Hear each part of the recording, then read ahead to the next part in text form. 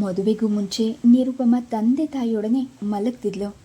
ಈಗ ಭಾರತಿ ಮಾನಸ ತಮ್ಮ ಮಹಡಿಯ ಮೇಲಿನ ರೂಮನ್ನು ಬರಲಿರುವ ದಂಪತಿಗೆ ಬಿಟ್ಕೊಡೋದು ಅನಿವಾರ್ಯವಾಗಿತ್ತು.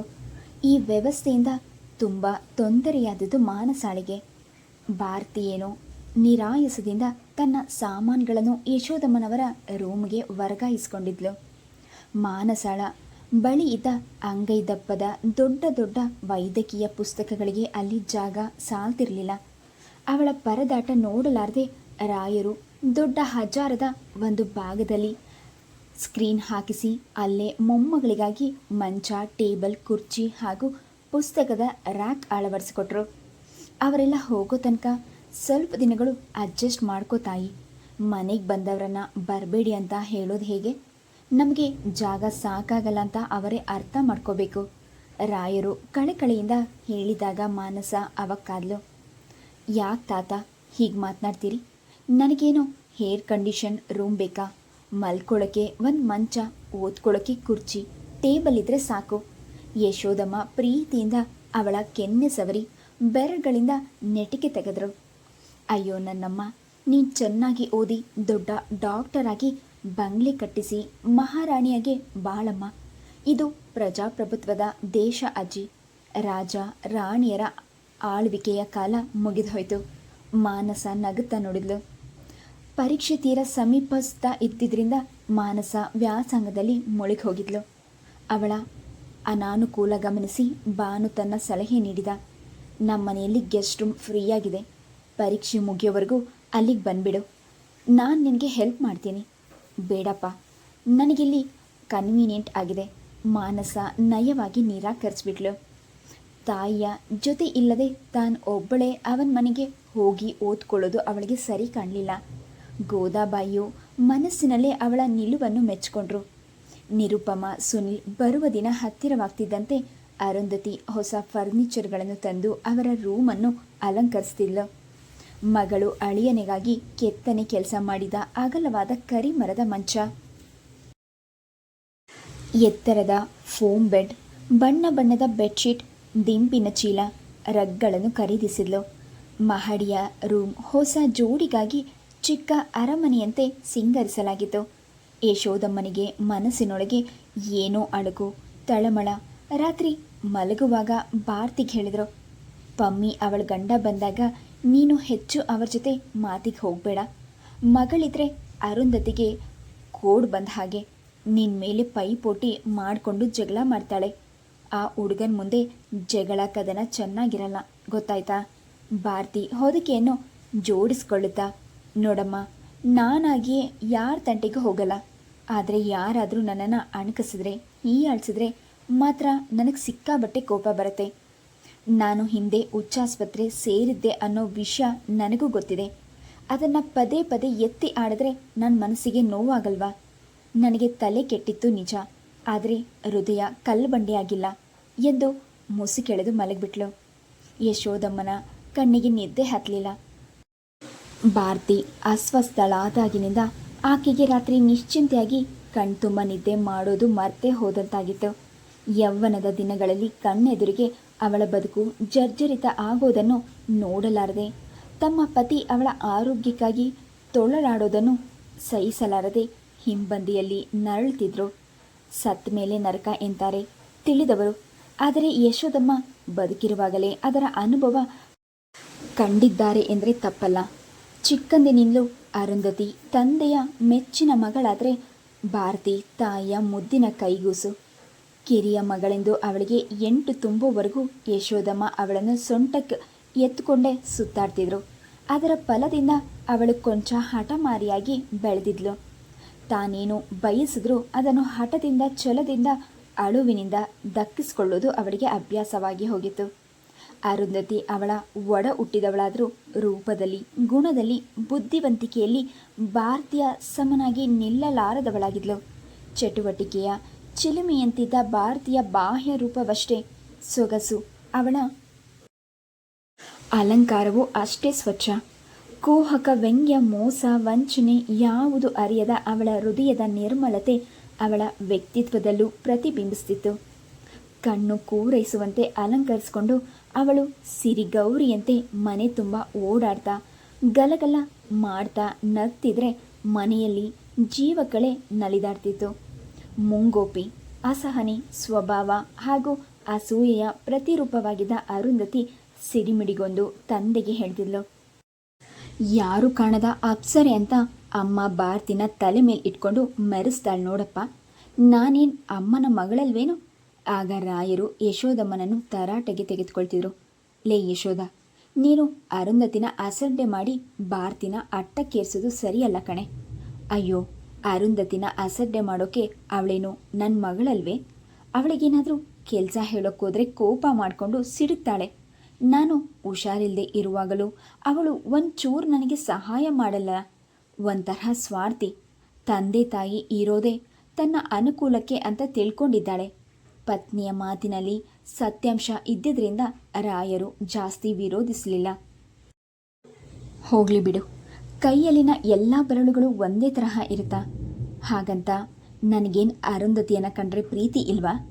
ಅದೇ ನಮ್ಮ ಭಾರತಿ ಅವಳ ಹಾಗಲ್ಲ ರೀ. ನಾನು ಮುಖ ಸಪ್ಪಾಗಿ ಮಾಡಿಕೊಂಡ್ರೆ ಸಾಕು, ಮೈಗೆ ಹುಷಾರಿಲ್ಲ ಅಂತ ಒದ್ದಾಡ್ಕೊಳ್ತಾಳೆ. ನೀವು ವಾಕಿನಿಂದ 10 ನಿಮಿಷ ತಡವಾಗಿ ಬಂದರೂ ಚಡಪಡಿಸ್ತಾಳೆ. ನಾಳೆ ನಿಮಗೆ ಅಯ್ಯೋ ಅನ್ನೋದು ಅವಳೇ ಕಣ್ರಿ. ಅರುಂಧತಿಗೆ ಹೆಂಗರಳು ಕಡಿಮೆ, ಗಂಡಸ್ತನ ಜಾಸ್ತಿ. ಏನಾದರೂ ಆಗಲಿ, ಅರುಂಧತಿಯು ನಮ್ಮ ಕರುಳಿನ ಕುಡಿ. ಅವಳದು ಭಾರತೀಯ ಹಾಗೆ ಕಂಡೀಷನ್ ನೇಚರ್ ಅಲ್ಲ ಅಷ್ಟೇ. ಪಾಪ, ಅವಳನ್ನು ವೃಥ ಆಕ್ಷೇಪಣೆ ಮಾಡಬೇಡ. ಹೆಣ್ಮಕ್ಕಳು ನಾಳೆ ನಮ್ಮನ್ನು ಕೂರಿಸಿ ಮಾಡಿ ಹಾಕಬೇಕು ಅನ್ನೋ ಆಸೆ ನಮಗೆ ಯಾಕೆ ಯಶೋದ? ಸದ್ಯ ಅವರೇ ನಮಗೆ ಹೊರೆಯಾಗದಿರಲಿ. ಅವರವರ ಗಂಡಂದ್ರ ಮನೆಯಲ್ಲಿ ಸುಖವಾಗಿದ್ರೆ ಸಾಕು. ರಾಯರು ಮಾತು ಮುಗಿಸಿದ್ರು. ಅವರ ಹರಕೆ ಫಲಿಸುವಂತೆ ಅರುಂಧತಿ ಎಮ್ಮೆ ಕೊನೆಯ ವರ್ಷದಲ್ಲಿ ಇರುವಾಗಲೇ ಏರ್ ಫೋರ್ಸ್ನಲ್ಲಿ ಕೆಲಸದಲ್ಲಿ ಇದ್ದ ಸೋಮಸುಂದರನೊಡನೆ ಮದುವೆ ನಿಶ್ಚಯವಾಗಿತ್ತು. ಅವನು ಸಿಕಂದರ್ಬಾದ್ನಲ್ಲಿ ಇದ್ದದ್ರಿಂದ ಅಲ್ಪ ಅವಧಿಯಲ್ಲೇ ರಾಯರು ಮಗಳ ಮದುವೆಯನ್ನು ಕೈ ಬಿಚ್ಚಿ ಅದ್ದೂರಿಯಿಂದ ನಡೆಸ್ಕೊಟ್ರು. ಆಗ ಭಾರತಿ BA ಕೊನೆ ವರ್ಷ ಪೂರೈಸಿದ್ಲು. ರಿಸಲ್ಟ್ ಬಂದ ತತ್ಕ್ಷಣ ಒಂದ್ಸಲ ನಮ್ಮ ಕ್ವಾರ್ಟರ್ಸ್ಗೆ ಬಂದ್ಬಿಡು ಭಾರತಿ, ನನಗೂ ಅಲ್ಲಿ ಅಕ್ಕಪಕ್ಕ ಜನಗಳಿಲ್ಲದೆ ಬೇಜಾರಾಗತ್ತೆ ಎಂದು ಪತಿಗೃಹಕ್ಕೆ ಹೊರಟ ಅರುಂಧತಿ ತಂಗಿಯನ್ನು ಆದರದಿಂದ ಆಹ್ವಾನಿಸಿದ್ಲು. ಚಿನಕರುಳಿಯಂತೆ ಮಾತನಾಡುತ್ತಾ ತನ್ನನ್ನು ಕೀಟಳೆ ಮಾಡುವ ನಾದಿನಿಯ ಬಗ್ಗೆ ಸೋಮಸುಂದರ್ ಮೊದಲಿನಿಂದಲೂ ಅಷ್ಟಕ್ಕಷ್ಟೇ. ಅವನ ದೃಷ್ಟಿಯಲ್ಲಿ ಭಾರತೀಯ ನಯ ವಿನಯ ತಿಳಿದಿಲ್ಲದೆ ಚಲು ಹುಡುಗಿ. ಮಿಲಿಟರಿ ವಾತಾವರಣದಲ್ಲಿ ಕೆಲಸ ಮಾಡ್ತಿದ್ದ ಅವನು ತನ್ನ ಅಧಿಕಾರದ ಶಿಸ್ತು ಸಂಯಮವನ್ನು ಮನೆಯಲ್ಲೂ ಪ್ರಯೋಗಿಸ್ತಿದ್ದ. ಅವನ ಪ್ರಕಾರ ಹುಡುಗಿಯರು ಹೆಚ್ಚು ಅಲಂಕಾರ ಮಾಡ್ಕೊಳ್ಬಾರ್ದು, ಜಾಸ್ತಿ ನಗಬಾರ್ದು, ಬಾಯಿ ತುಂಬ ಮಾತನಾಡಬಾರ್ದು. ಯಶೋದಮ್ಮ ರಾಯರು ಅಳಿಯನಿಗೆ ತಲೆ ಬಾಗಿದ್ರು. ಭಾರತಿ ಅವನ ಕಿರಿಕಿರಿ ನಡವಳಿಕೆಯನ್ನು ಲೆಕ್ಕಿಸ್ತಿರ್ಲಿಲ್ಲ. ನನಗೆ ನಿನ್ನ ತಂಗಿ ತಲೆ ಕಂಡ್ರಾಗಲ್ಲ, ಅವಳು ಮಾತನಾಡಿದರೆ ಮೈಯೆಲ್ಲ ಉರಿಯುತ್ತೆ. ಅವಳನ್ನು ನಮ್ಮ ಕ್ವಾರ್ಟರ್ಸ್ಗೆ ಕರೆಸ್ಕೊಂಡ್ರೆ ನನಗೆ ಮರ್ಯಾದೆ ಬರಲ್ಲ ಎಂದು ಸಿಡಿಮಿಡಿಗೊಳ್ತಿದ್ದ. ಮೊದಲಿನಿಂದಲೂ ಅವಳಿಗೆ ನಮ್ಮ ಅಮ್ಮನ ಮುದ್ದು ಜಾಸ್ತಿ ರೀ, ಅದಕ್ಕೆ ಅವಳು ಹಾಗಾಡ್ತಾಳೆ. ಅರುಂಧತಿ ಸಮಜಾಯಿಸಿ ನುಡಿದ್ಲು. ಭಾರತಿ ಸಂಘಜೀವಿ. ಅವಳಿಗೆ ಸದಾ ಸ್ನೇಹಿತರ ಗುಂಪು, ಗೆಳತಿಯ ಒಡನಾಟ ಬೇಕು. ಬೀದಿಯಲ್ಲಿರುವ ಮನೆಯವರೆಲ್ಲ ಅವಳಿಗೆ ಪರಿಚಿತರು, ಆತ್ಮೀಯರು. ಯಾರದೇ ಮನೆಯಲ್ಲಿ ಸಮಾರಂಭ ನಡೆದರೂ ಅದರಲ್ಲಿ ಭಾರತೀಯ ಕೈವಾಡ ವಿಜೃಂಭಿಸ್ತಿತ್ತು. ಒಂದೇ ಮಾತಿನಲ್ಲಿ ಹೇಳೋದಾದರೆ ಭಾರತಿ ಇಲ್ಲದೆ ಬೀದಿಯ ಮನೆಗಳಲ್ಲಿ ಯಾವ ಫಂಕ್ಷನ್ ನಡೀತಿರಲಿಲ್ಲ ಅಂತ ಭಾರತಿಗೆ ದೃಷ್ಟಿ ಚುಕ್ಕೆ ಇಟ್ಟಂತೆ ತಲತಲಾಂತರಗಳಿಂದಲೂ ಅವರ ಕುಟುಂಬದಲ್ಲಿ ಕೇಳರಿಯದ ಮಾನಸಿಕ ವ್ಯಾಧಿ ಬಂದದ್ದು ದುರದೃಷ್ಟಕರವೇ ಸರಿ. ಹೌದು, ಎಲ್ಲ ಆರಂಭವಾದದ್ದು ಅರುಂಧತಿಯ ಮನೆಯ ಅನಂತರ. ಅವಳ ಗಂಡನೊಡನೆ ಸಿಕಂದರಾಬಾದ್ಗೆ ಹೋದ ಕೆಲವು ದಿನಗಳಲ್ಲಿ ಭಾರತಿ ಮಂಕಾದ್ಲು. ಯಾವುದೋ ಜಡತೆ ನಿಸ್ಸಹಜತೆ ಅವಳನ್ನು ಆವರಿಸಿತು. ಅಂದಿನ ಲವಲವಿಕೆಯ ಮಾತುಗಾರಿಕೆ ಚಟುವಟಿಕೆ ಇದ್ದಕ್ಕಿದ್ದಂತೆ ಎಲ್ಲಿ ಮಾಯವಾಗಿತ್ತೋ. ಯಾರಾದರೂ ಮಾತನಾಡಿಸಿದರೆ ತಕ್ಷಣ ಉತ್ತರ ಕೊಡ್ತಿರಲಿಲ್ಲ. ಅಳೋದು ಸುರೋದು ನಿಧಾನವಾಗಿ ಅನುಮಾನಿಸುತ್ತಾ ಉತ್ತರಿಸಿದ್ಲು. ಅವಳಲ್ಲದ ಹಠಾತ್ ಬದಲಾವಣೆ ಕಂಡು ಯಶೋದಮ್ಮ ಕಂಗಾಲಾಗಿದ್ರು. ಏನ್ರಿ ಇವಳು ಯಾಕೆ ಹೀಗಾಗೋದ್ಲು? ಮನೆ ತುಂಬ ಗಿಲಿಗಿಲಿ ಅಂತ ಹರಡ್ಕೊಂಡು ಓಡಾಡ್ತಿದ್ದ ಹುಡುಗಿ ಮಂಕಾಗಿ ಮೂಲೆ ಸೇರಿಬಿಟ್ಟಿದ್ದಾಳಲ್ರಿ. ಡಾಕ್ಟರ್ಗಾದರೂ ತೋರಿಸೋಣವಾ? ರಾಯರು ಒಂದೇ ಬಾರಿಗೆ ಅವರ ಸಲಹೆಯನ್ನು ತಳ್ಳಿಹಾಕಿದ್ರು. ಡಾಕ್ಟರ್ಗೆ ತೋರಿಸೋ ಅಂಥದ್ದೇನಾಗಿದೆ ಈಗ? ಸುಮ್ಮನೆ ಕಡ್ಡಿನ ಗುಡ್ಡ ಮಾಡ್ತೀಯ ನೀನು? ಭಾರತಿ ಅಕ್ಕನ್ನ ತುಂಬ ಹಚ್ಕೊಂಡು ಬಿಟ್ಟಿದ್ಲು. ಅವಳು ಮನೆಯಲ್ಲಿ ಇಲ್ಲದಾಗ ಆಟ ಪಾಠ ಅಂತ ಇದ್ದು ಅಕ್ಕನ ಮೇಲಿನ ಪ್ರೀತಿ ಗೊತ್ತಾಗಿರಲಿಲ್ಲ. ಈಗ ಅದಕ್ಕೆ ಕರುಳು ಚುರುಕಂತಿದೆ, ಅದಕ್ಕೆ ಮಂಕಾಗಿದ್ದಾಳೆ. ಇದೆಲ್ಲ ಪಾಸಿಂಗ್ ಸ್ಟೇಜ್ ಕಣೆ. ಅವಳಿಗೂ ಒಂದೊಳ್ಳೆ ಗಂಡು ಹುಡುಕಿ ಮದುವೆ ಮಾಡಿಬಿಟ್ರೆ ಸರಿ ಹೋಗ್ತಾಳೆ. ಅವಳ ಮಾತಿನಿಂದ ಯಶೋದಮ್ಮನ ಮುಖದಲ್ಲಿ ಕಿರುನಗು ಇಣುಕಿತು. ಹಾಗೆ ಮಾಡಿ. ಅರುಂಧತಿ ಮದುವೆ ಕಂಡು ಅವಳಿಗೂ ಗಂಡನ ಜೊತೆ ಹಾಯಾಗಿರೋಣ ಅಂತ ಆಸೆ ಬಂದಿರಬೇಕು. ಹೆಣ್ಣು ಹುಡುಗಿ ಹೇಗೆ ಬಾಯಿ ಬಿಟ್ಟು ಹೇಳ್ಕೊಂಡಾಳು? ಈ ವಯಸ್ಸೇ ಅಂಥದ್ದು. ಹಾಗೆ ಒಂದಿಷ್ಟು ದೃಷ್ಟಿ ನಿವಾಳಿಸಿ ಹಾಕಿ ಯಶೋದಮ್ಮ ಕಣ್ಣು ಕುಕ್ಕೋ ಹಾಗೆ ಓಡಾಡ್ತಾ ಇರ್ತಾಳೆ. ಒಬ್ಬರ ಕಣ್ಣು ಹಿತಾಗೆ ಇನ್ನೊಬ್ಬರ ಇರಲ್ಲ. ಯಾರ ಹಾಳು ಕಣ್ಣು ತಗಲಿತೋ? ಗೋದಾಬಾಯಿ ದನಿಗುಡಿಸಿದ್ರು. ಅರುಂಧತಿ ಊರು ತಲುಪಿದ ಮೇಲೆ ತಾನು ಪತ್ನಿಯೊಡನೆ ಸುಖವಾಗಿರೋದೆಂದು ಕಾಗದ ಬರೆದಳು. ರಾಯರು ಯಶೋದಮ್ಮನಿಗೆ ಈಗ ಹಿರಿಮಗಳ ಬಗ್ಗೆ ಯೋಚನೆ ಇರಲಿಲ್ಲ.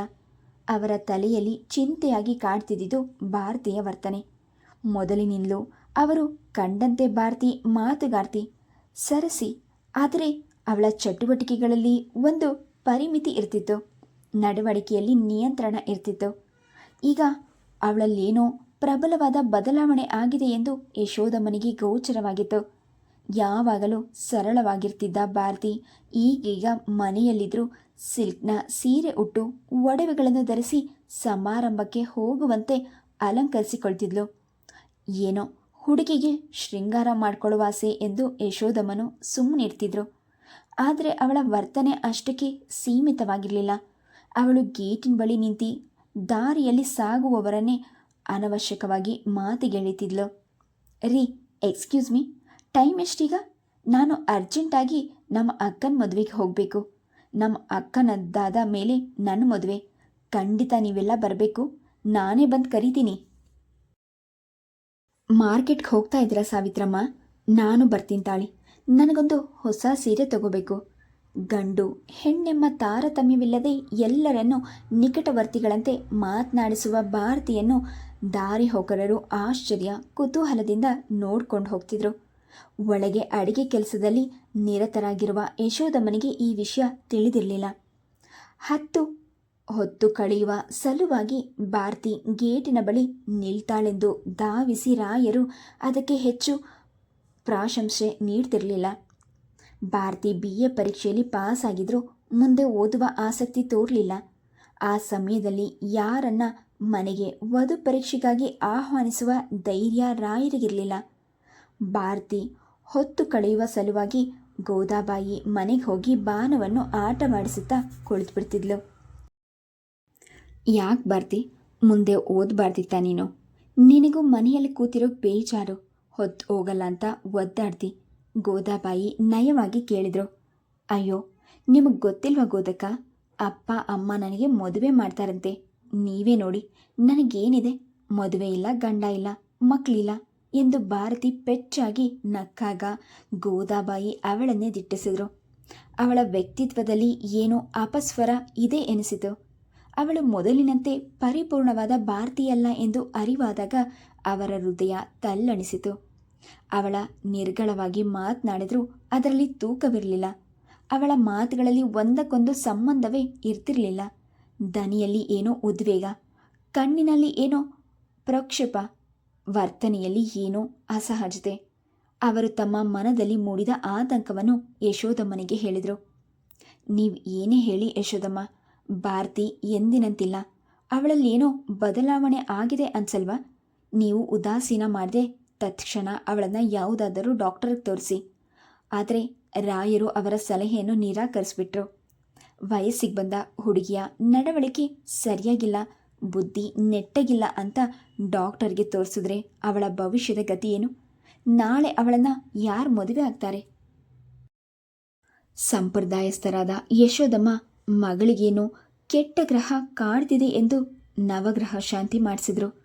ಪೂಜೆ ಪುನಸ್ಕಾರಗಳನ್ನು ದೇವಸ್ಥಾನದಲ್ಲಿ ಏರ್ಪಡಿಸಿಯೂ ಆಗಿತ್ತು. ಮಗಳು ಹೊರಗೆ ಹೋಗೋದನ್ನು ತಡೆಯುವ ಸಲುವಾಗಿ ರಾಯರು ಮುಂಬಾಗಿಲಿಗೆ ಬೀಗ ಹಾಕ್ತಿದ್ರು. ಆದರೆ ಯಾವ ಶಾಂತಿ ಪೂಜೆಯೂ ಭಾರತೀಯ ಸಹಾಯಕ್ಕೆ ಬರಲಿಲ್ಲ. ಗೃಹಬಂದಿಯಾಗಿದ್ರೂ ಅವಳು ಒಂದು ಕಡೆ ಸುಮ್ಮನೆ ಕೂರ್ತಿರ್ಲಿಲ್ಲ. ಕುಳಿತಲ್ಲಿ ನಿಂತಲ್ಲಿ ಏನೋ ಚಡಪಡಿಕೆ, ಮುಖದಲ್ಲೇನೋ ಆತಂಕ, ಮನಸ್ಸಿನಲ್ಲೇನೋ ಅಶಾಂತಿ. ರಾತ್ರಿ ಮಗುವಿನಂತೆ ಸೊಂಪಾಗಿ ನಿದ್ರಿಸುವ ಭಾರತಿ ಈಗ ನಿಶ್ಚರ್ಯಂತೆ ಮನೆಯೆಲ್ಲ ದೀಪ ಹಾಕೊಂಡು ಶತಪಥ ಓಡಾಡ್ತಿದ್ಲು. ಒಮ್ಮೆ ಯಶೋದಮ್ಮ ಬಚ್ಚಲಿಗೆ ಹೋಗಲು ಎದ್ದಾಗ ಮನೆ ತುಂಬ ದೀಪ ಹಚ್ಚಿರೋದನ್ನು ಕಂಡು ಆಶ್ಚರ್ಯಗೊಂಡ್ರು. ತಾವು ಮಲಗುವಾಗ ದೀಪಗಳನ್ನು ಆರಿಸಿದ್ದು ಚೆನ್ನಾಗಿ ನೆನಪಿತ್ತು. ಅವರು ಹಜಾರಕ್ಕೆ ಬಂದಾಗ ಭಾರತಿ ಕೈ ಹೊಸೆದುಕೊಂಡು ತನಗೆ ತಾನೇ ಮಾತನಾಡ್ಕೊಳ್ತಾ ಅಲ್ಲಿಂದಿಲ್ಲಿಗೆ ಬೋನಿನಲ್ಲಿ ಓಡಾಡುವ ಮೃಗದಂತೆ ಚಡಪಡಿಸುತ್ತಿದ್ದುದನ್ನು ಕಂಡು ಅವರದೇ ದಸಕ್ಕೆಂದಿತು. ಭಾರತಿ, ಭಾರತಿ, ಏನಮ್ಮ ಇದು? ಭಾರತಿ ತಿರುಗಿ ನೋಡಿದ್ಲು. ಯಾರೋ ಅಪರಿಚಿತರನ್ನು ನೋಡುವಂತಿದ್ದ ಅವಳ ಮುಖಭಾವ ಕಂಡು ಯಶೋದಮ್ಮ ತತ್ತರಿಸಿದ್ರು. ಇವಳು ತಾವು ಹೆತ್ತ ಮಗಳೇ, ತಮ್ಮ ತೊಡೆಯ ಮೇಲೆ ಆಡುತ್ತಾ ಬೆಳೆದ ಕೈಗೂಸೆ. 9 ತಿಂಗಳು ಹೊತ್ತು ನೋವು ಉಂಡು ಭೂಮಿಗೆ ತಂದ ಕಾರಣಕ್ಕಾಗಿ ಹೀಗೆ ತಾವು ನೋವನ್ನು ತಿನ್ನಬೇಕಾಯ್ತೆ. ಏನಾಗಿದೆ ತಮ್ಮ ಮುದ್ದು ಮಗಳಿಗೆ? ಅವಳ ರೂಪವೇ ಅವಳಿಗೆ ಶತ್ರುವಾಯಿತೆ? ಅವಳ ಬುದ್ಧಿವಂತಿಕೆಯೇ ಅವಳಿಗೆ ಮುಳುವಾಗಿದೆಯೇ? ಮಡಿಲಲ್ಲಿ ಕೆಂಡವನ್ನು ಏರಿಸಿಕೊಂಡು ಅದರ ಬೇಗುದೆಯನ್ನು ನರಳುತ್ತಿತ್ತು ಹೆತ್ತ ಕರಳು. ರಾತ್ರಿ ಇಡೀ ಯಶೋದಮ್ಮನ ಕಣ್ಣಿಗೆ ನಿದ್ದೆ ಹತ್ತಲಿಲ್ಲ. ಗಂಭೀರ ನಿಲುವಿನ ಚಿನಕುರುಳಿಯ ಮಾತುಗಾರತಿಯ ಭಾರತಿ ಇದ್ದಕ್ಕಿದ್ದಂತೆ ಅಸಂಬದ್ಧವಾಗಿ ಪರಿವರ್ತನೆಗೊಂಡಿದ್ದಾಳೆ ಯಾಕೆ ಎನ್ನುವುದೇ ಅವರ ಮನಸ್ಸನ್ನು ಕೊರೆಯುತ್ತಿತ್ತು. ಮನೆಯಲ್ಲಿ ಟೆಲಿಫೋನ್ ಕೆಟ್ಟು 3 ದಿನಗಳಾಗಿದ್ದವು. ದೂರವಾಣಿ ಎಕ್ಸ್ಚೇಂಜ್ಗೆ ದೂರು ಕೊಟ್ಟು ನಿರರ್ಥಕವಾದಾಗ ರಾಯರು ಅಗತ್ಯವಿಲ್ಲದೆ ಟೆಲಿಫೋನ್ ಆಫೀಸಿಗೆ ಹೊರಡಬೇಕಾಯಿತು. ಮನೆ ಕಡೆ ಹುಷಾರು ಎಂದು ಹೆಂಡತಿಯನ್ನು ಎಚ್ಚರಿಸಿದರು. ಯಶೋದಮ್ಮ ಮುಂಬಾಗಿಲಿಗೆ ಬೀಗ ಹಾಕುತ್ತಿದ್ದಾಗ ಭಾರತಿ ಏನೋ ಗೊಣಗಿಕೊಳ್ಳುತ್ತಾ ರೂಮಿನಲ್ಲಿ ಕುಳಿತಿದ್ಲು. Please subscribe the channel, like and share. Thank you.